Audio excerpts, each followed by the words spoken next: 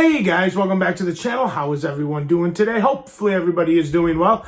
Sorry for the lack of content over the last few days. I'm back at work now. It's just been kind of busy, and it was just, I haven't really had a whole lot of time. I do have a few, 2 or 3 videos still from Nebraska of a couple of kind of collectible type stores that I went to that were really cool that I still have to edit, but I will edit those and get those out.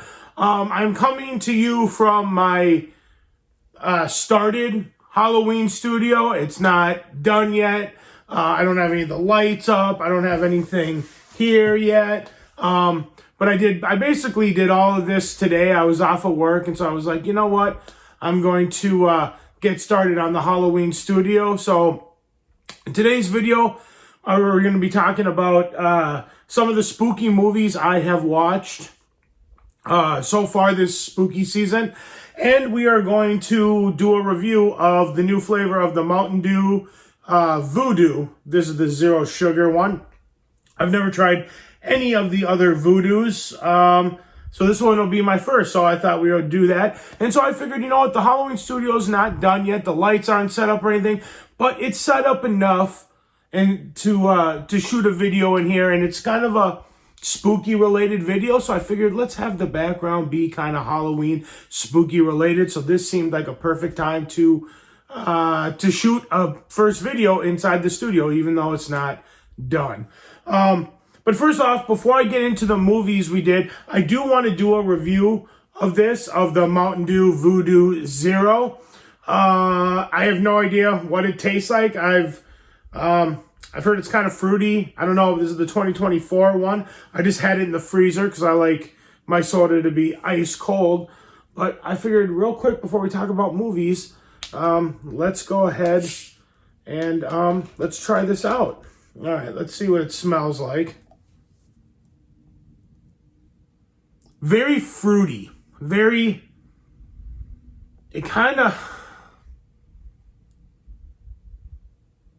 fruity, kind of a punchy, kind of sweet tart type smell, I guess. Yeah, it smells very, very fruity and very artificial. But yeah, it doesn't smell horrible. It kind of smells like sweet tarts. All right, let's give it a shot.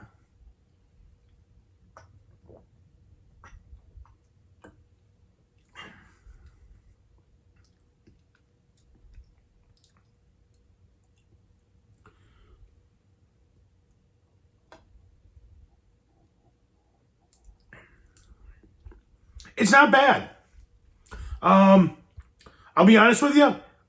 It pretty much tastes exactly how it smells. Like the smell you get from it, the flavor is pretty much exactly that. Yeah, it kind of tastes like a mixture of sweet tarts, cotton candy, punch, fruity type artificial flavor. It's not bad. I don't think it's something that I would add to my daily routine, but it's not bad. I saw some other people's reactions, and they really didn't like it. I thought I would not like it really at all, just because it seemed like nobody seems to really like it all that much. But yeah, it's not bad. I'll finish the bottle. I think it's strong. Though, for being zero, I don't know if I could handle the regular one, because that is definitely strong enough just with the zero sugar. I think the regular one would be too much. I think I could probably only do a sip or two of that. But, yeah, it's not bad. I mean, I kind of like it. I'd maybe even buy one more of them. I like it. Like I said, I don't think I would, I don't think I'd buy a whole 12-pack of it, but I would definitely maybe get another bottle. It was pleasantly surprised. A little strong, but, and a little artificial flavoring, but I've tasted a lot worse. But, yeah, that's my Mountain Dew 2024 Voodew review, my very first Voodew ever. Okay, guys, well, I just realized after I got done doing the Mountain Dew Voodew review that I did not have my microphone plugged in. It's not the greatest microphone, so there might not be that big of a difference. It probably won't be as echoey.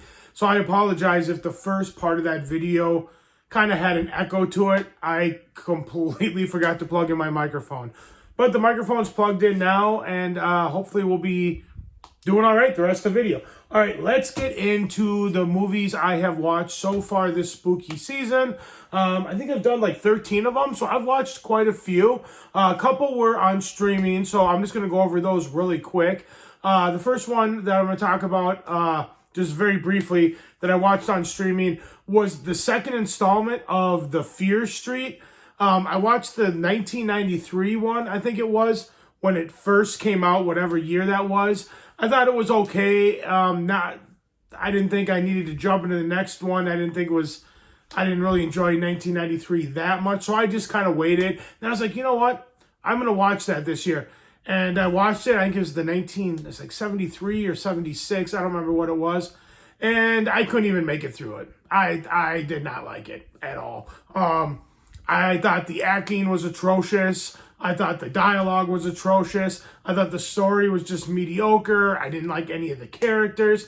I only made it about 2/3 of the way through, and I was like, I'm done with this. So, yeah, definitely was not a fan, and I was not a huge fan of the first Fear Street. I probably will not watch the 1666 one. I don't know. Let me know in the comments below if that one's any better, but yeah, it just wasn't for me. I don't know. Maybe I wasn't in the right mood. Maybe I'll have to try it again next year or something. But yeah, I just could not get into it. The other movie I watched on streaming was Maxine, the new Ty West movie. I'm sorry, guys. My nose really itches tonight. I'm sorry. Maxine I enjoyed. I didn't think it was fantastic. It wasn't like the greatest film I've ever seen, but I do like movies that take place in the 80s, and this definitely had an 80s feel. I like the way that it was filmed. I like the soundtrack. The characters I thought were interesting. I really liked Kevin Bacon's character. He played such a slime ball. Yeah, that was fun to see. Yeah, I really enjoyed his character a lot. But yeah, it wasn't too bad. I mean, it wasn't great. The endings, I found it to be fairly predictable. I figured out pretty early on how, or at least it was an option of how they were going to end the movie, and it was the way they ended the movie. So, that was kind of easy to figure out. But overall, just style, I enjoyed it. I thought it was a cool movie. So next we're going to go into the physical media that I actually have here that I watched. And the first movie up is a movie that I've seen, but I only saw it once. I don't remember anything about it. And it's not really horror. It's more action, but it is a zombie flick. So I think it qualifies. And that's Brad Pitt in World War Z. You know, it's just a basic zombie flick. I really enjoyed this movie. I thought it was suspenseful. I thought the acting was pretty good. I thought it was definitely a lot of very intense scenes. And I enjoyed it a lot. And I'm going to think about getting it on 4K because I think it just got a 4K release. Let me know in the comment section below. Do you have it on 4K? Is it worth an upgrade or is it not? Let me know. Next up was the movie that I actually just watched last night. I think I saw this when I was a kid, but I didn't remember anything about it. And I loved it. It's Stephen King's Needful Things.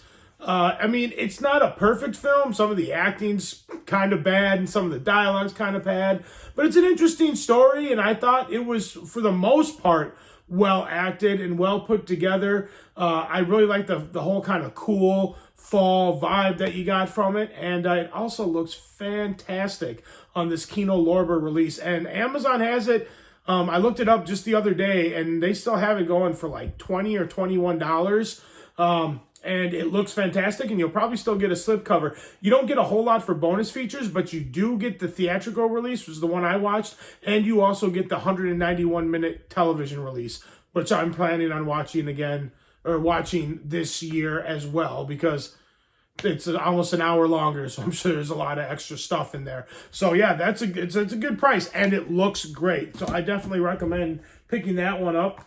Next is a movie that I got for pretty cheap. I think it was only like $8. I bought this a few weeks ago. And that's Deer Camp 86. This movie surprised me. It was quite enjoyable. It kind of had Predator vibes a little bit. It's about this group of of friends, and they go on a hunting trip in 1986, and they stop off at this bar. The bartender ends up getting killed, and then they go out to their cabin and end up getting kind of stalked by this kind of almost predator type creature. Interesting movie. I enjoyed it, especially for the price that I paid for it. Next is a movie that I've seen multiple times. I remember my dad used to show me this when I was younger, and that is Night of the Creeps. This movie is always fun. It's just kind of a Living Dead kind of zombie type movie, and it's very, very enjoyable. It's a great release from Scream Factory. You get a lot of bonus features and a cool slipcover. I don't know if you can still have the slipcover or if you can still get the slipcover, but because I bought this, I want to say 1.5 years ago, 2 years ago, and that was quite a ways after its release, and I still got a slipcover, but I don't know if you can still get it now or not, but it's a great movie nonetheless, and it's definitely worth picking up. Next up, we have The Blob, this very cool steel book. I will show you the whole thing. I've probably shown this off before. This is from Scream Factory. This movie is a lot of fun, a lot more gory than the 1950s version of The Blob. In fact, I enjoy this one a little bit more. It's just a lot of fun. It's a fun Friday or Saturday night flick on a nice cool evening. Throw this sucker on, have a fire in the fireplace, have some coffee or a beer or something like that, or a little bit of cocoa with a little bit of whiskey in it or something like that, and sit back and enjoy The Blob. It's a lot of fun, and it looks great on this 4K from Scream Factory. Next up, we got another Kino Lorber release. This was one that I didn't watch when I was a kid. I only saw it for the first time a few years ago, but it's still a lot of fun, very nostalgic, is The Monster Squad. This also looks very good. This is a great release from Kino Lorber, and you also get the Wolfman's Got Nards documentary, which is very cool. This movie, definitely, what is this rated? PG-13, but there is a lot of stuff in this movie as far as, like, I guess being politically correct goes. Would not fly today. This movie, a lot of the dialogue in this movie would not be allowed if they were to make this movie today. Definitely not politically correct by today's standards, but still an enjoyable movie nonetheless, and still worth your time. It's a fun monster movie. I guess I can tell you real quick what it's about. Oh, The Blob, you already know. It's about a blob takes over the town, and this is Dracula, and he's got some of the other, I guess, universal monsters, and they try to take over, and the Monster Squad, which is a group of kids, have to try to stop them. Next up is a movie, a Tobe Hooper film, Invaders from Mars. This is, I don't know who put this out. Oh, this is just MGM. I thought it was some boutique. Scream Factory had this out originally, and it sold out right away, and it goes for ridiculous amounts of money now. But this movie, I remember watching it as a kid. It's a remake from the Invaders of Mars from, I don't know, probably the 1950s. It's a fun film. It's not a great film. It's definitely not Tobe Hooper's best film, but it still is a lot of fun. And I remember when I was watching it, I was like, oh man, this is bringing back vibes. And it's basically invaders from Mars taking over human bodies and kind of turning them into human alien type people. And yeah, that's Invaders from Mars. And then the next three are all from the same franchise, and I did this because I had to do my Halloween ranking. And the first one we got here is Halloween, The Curse of Michael Myers. This is a great 4K in this awesome box set. Tons of special features. If you were to get it now, I don't know if you'd still get the box set. But I remember not liking, or did I say 5? Yeah, The Curse of Michael Myers, part 6. I remember not liking this movie at all. And when I watched it again this year, like I said in my Friday the 13th, but my Halloween ranking video, that I enjoyed this movie way more than I did the first time, not the first time, but when I watched it a few years ago when these 4Ks first came out. I enjoyed it much more. I don't know. I just thought it was a lot more enjoyable. So I definitely recommend Halloween 6. Next, we got another Halloween movie that's not nearly as good, and that's Halloween 5. I didn't hate it this time, but I still definitely didn't like it. It's definitely not one of the strongest films in the franchise, but still still fun. Still has Michael Myers. Still has some cool kills. But yeah, definitely not the best in the franchise. But I had to revisit it because I didn't really remember it, and I wanted to do my Halloween ranking video. And then last, but definitely not least, is Halloween 4, The Return of Michael Myers. This one is a lot of fun. I always enjoyed this one. It's usually pretty low on my list. I think I put it in the top, I think it was in the top 5. I'm pretty sure. Maybe even top 3 or 4. No, it wasn't in that. It was, I want to say, it was maybe number 4 or 5 on the list. But yeah, this movie is a lot of fun. I've always enjoyed Halloween 4. It just, great fall vibes. Definitely just gives off that Halloween vibe. I mean, all the Halloween movies do, but this one really does. It really resonates with me, and it's definitely worth your time. And all of these, all 3 of these, along with all those Halloween releases, you get tons of like bonus features, all that stuff, that's all those bonus features on the back, and it's just, you get tons. You're gonna pay a little bit for them, but man, they make it worth your while, and they look really good. But yeah, guys, that's it. That's all I got for you. If you like this video, give it a big thumbs up. Let me know you guys like what I'm doing. Like, share, comment, subscribe, all that fun stuff. And I'll see you guys in the next video. Let me know in the comments below. What have you been watching this year? You got any recommendations of anything that you guys have watched that you think is really good? And spoiler, tonight's movie that I'm going to try to watch either tonight or tomorrow, because I believe it's now streaming on Shudder, is In a Violent Nature. I really want to see that. I've heard really good things about it. So that's probably going to be my next spooky movie that I watch for the spooky season. So you guys are amazing as always. Thank you so much for watching. I'll see you in the next video. Take care. Bye.